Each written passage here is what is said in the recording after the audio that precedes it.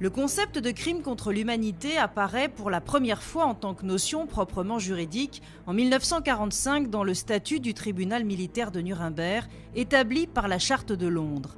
Il s'agissait pour le législateur de marquer sa volonté de juger les responsables des atrocités extrêmes commises pendant la Seconde Guerre mondiale. Le procès de Nuremberg fut intenté contre 24 des principaux responsables du Troisième Reich, accusés de complot, crimes contre la paix, crimes de guerre et crimes contre l'humanité. Il se tint à Nuremberg, alors en zone d'occupation américaine, du 20 novembre 1945 au 1er octobre 1946.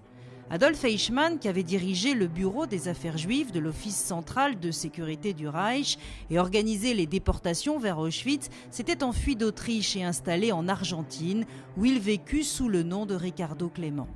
En 1960, en mai, des agents du Mossad, le service de renseignement israélien, s'emparèrent d'Adolf Eichmann en Argentine et le conduisirent à Jérusalem pour qu'il soit jugé par un tribunal israélien.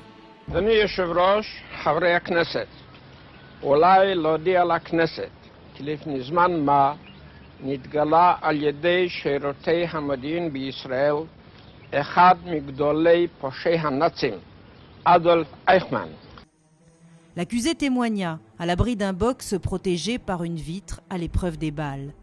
Le procès Eichmann suscita l'intérêt de la communauté internationale et révéla au monde entier l'ampleur des atrocités nazies. Les témoignages de survivants de la Shoah, en particulier ceux de combattants des ghettos tels que Zivia Lubetkin, l'une des dirigeantes de l'insurrection du ghetto de Varsovie, attirèrent l'attention sur ce que fut cette résistance juive. L'acte d'accusation, rédigé par le procureur général d'Israël, Gideon Osner, comportait 15 chefs d'accusation, dont ceux de crimes contre le peuple juif et de crimes contre l'humanité. Déclaré coupable de tous les chefs d'accusation, Eichmann fut condamné à mort et fut pendu le 1er juin 1962. Son corps fut incinéré et ses cendres dispersées dans la mer au-delà des eaux territoriales d'Israël. Ce fut la seule fois dans l'histoire de l'État d'Israël que la peine capitale fut appliquée.